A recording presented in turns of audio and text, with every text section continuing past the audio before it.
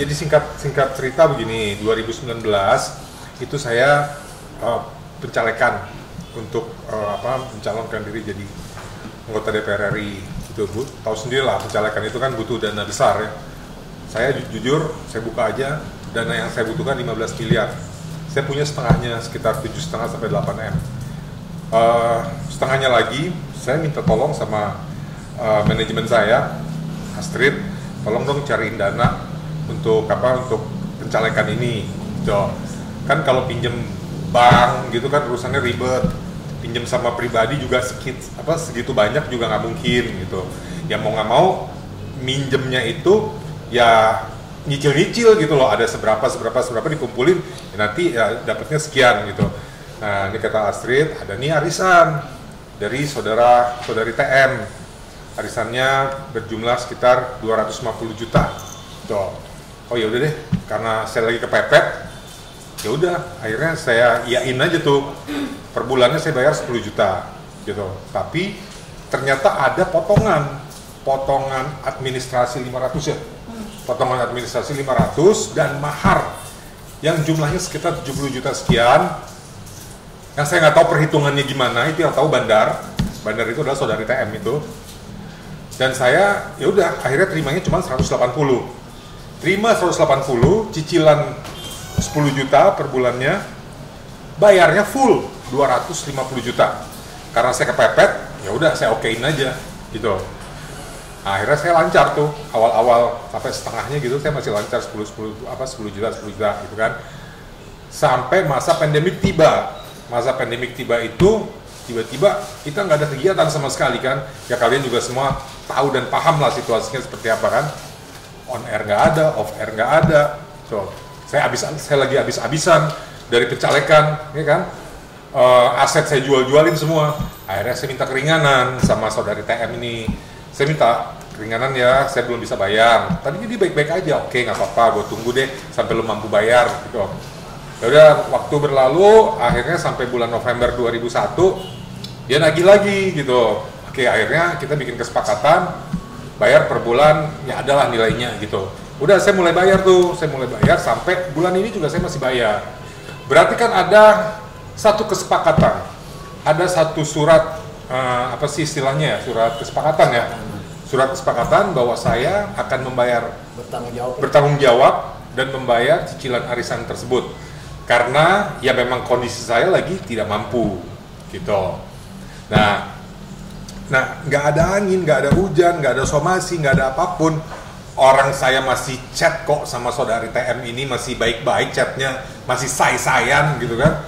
Tiba-tiba saya dengar kabar bahwa saudari TM ini melaporkan saya atas tuduhan penipuan dan penggelapan. Jumlahnya fantastis lagi, 760. Waduh, gua aja cuma dapat 180 juta gitu kan.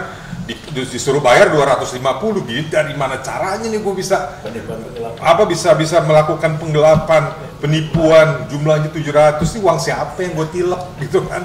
Ya akhirnya wah, saya tunggu nih sehari 2 hari nggak ada klarifikasi dari yang bersangkutan. Tapi kok makin kesini beritanya makin brutal nih, makin menyudutkan saya karena saya nggak speak up kan sama kalian juga. Saya sebetulnya nunggu lawyer, kedua nunggu itikat baik dari saudari TN gitu untuk memberikan penjelasan, dan dia ngaku. Saya kan bilang, kok gue dilaporin sih? Bukan gue loh yang ngelaporin, ada nih chatnya di handphone saya. Bukan gue loh yang ngelaporin gitu.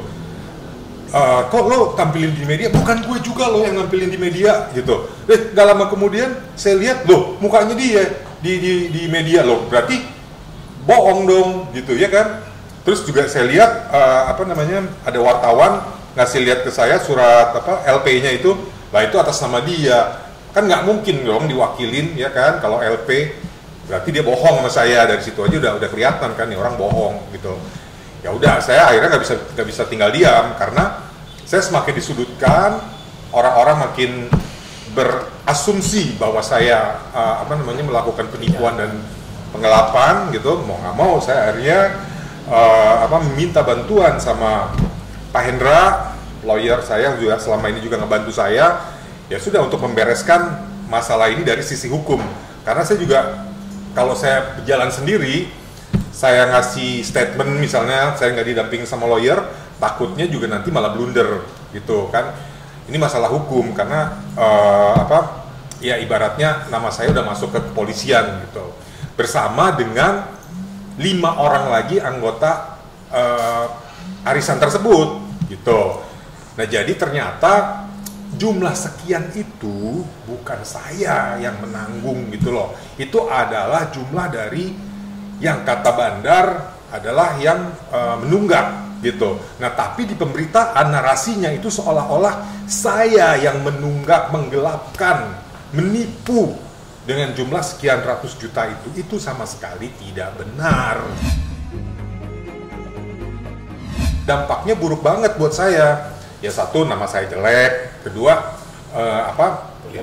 kredibilitas. Ketiga, pekerjaan nih terutama nih yang udah di depan mata jadi kepending, ada yang nggak jadi dan sebagainya. Nah jadi ya saya mau nggak mau saya terpaksa melapor balik saudari TM gitu. Bukannya saya kejam gitu, karena saya juga karena dia duluan, ya kan, dia nggak konsisten dengan omongannya.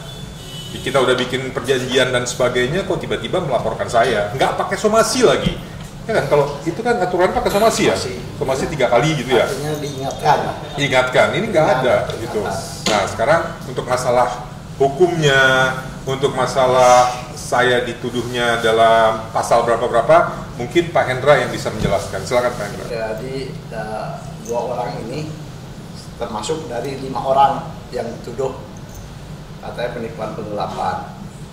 Ternyata setelah saya baca berkasnya, pertama yang poinnya Pak Krisna ada kesepakatan antara Pak Krisna dengan TM tadi bahwa itu ada pengakuan utang. Makasih lihat kamera Pak. Kamera. Tahan Bang. Ini. Ya udah. Ini yang belum dipublikasikan. Kita bukan debat kusir, tapi kita bicara fakta, gitu loh. Yang kedua juga Astrid, ada seperti yang tadi buat pengakuan. Ini hanya 50 Pak. Yang lebih lucu untuk Astrid, dia ini bukan peserta arisan, hanya salah satu talentnya ikut. Nah kebetulan beliau itu manajernya. Karena merasa bertanggung jawab, diambil alih ini permasalahan ini, sehingga menjadi pengakuan utang. Jadi itu, sorry Pak, itu isinya pengakuan bahwa memang waktu itu 50 juta, ya artinya. Ya, Bang, arti kata di sini adalah diambil tanggung jawabnya. Ya, saya mau membayar, menyicil. Menyicil. Karena ada kendala dan sebagainya itu ya. Betul. Oke, lanjut Pak. Jadi tolong teman-teman juga, kenapa kita lapor balik? Karena dari sananya juga tidak ada itikat baik untuk mengatakan kekeluargaan. Mestinya kan disumasi. Kalau kita disumasi kita datang, kita jelaskan, gitu. Ini enggak, tiba-tiba aja ada laporan polisi. Makanya kami juga ini baru pidananya Pak, pidana umum. Karena ada juga chattingan-chattingan dari TM kepada klien kami yang bernada ada pengancaman dan penghinaan. Itu ranahnya undang-undang etik. Kami nanti berumur lagi, kemungkinan kalau memang masih panjang ini perjalanannya, kami akan lapor lagi di Krimsus khusus safety-nya. Ya, tapi kalau memang ada jalan keluar, ya kita lihat bagaimana jalan keluarnya yang dikatakan tawarkan. Karena kita ini kan juga tidak mau kejam lah. Ini kita kenapa bereaksi seperti ini? Karena reaksi dari sana juga kurang baik. Tiba-tiba dilaporkan seolah-olah klien saya ini penjahat, tukang tipu, gelapin duit. Padahal selama ini klien saya salah satunya public figure. Mulai kabur kemana sih Pak Krisan? Dan saya sangat kooperatif. Itu. Gitu. Apapun yang saudari TM WhatsAppin ke saya selalu jawab gitu, nggak pernah saya menghindar gitu. Mau dia mau nada bicaranya agak kenceng, mau kadang juga ngancem-ngancem atau apa, saya jawab baik-baik gitu. Jadi nggak pernah ada saya menghindar sama sekali.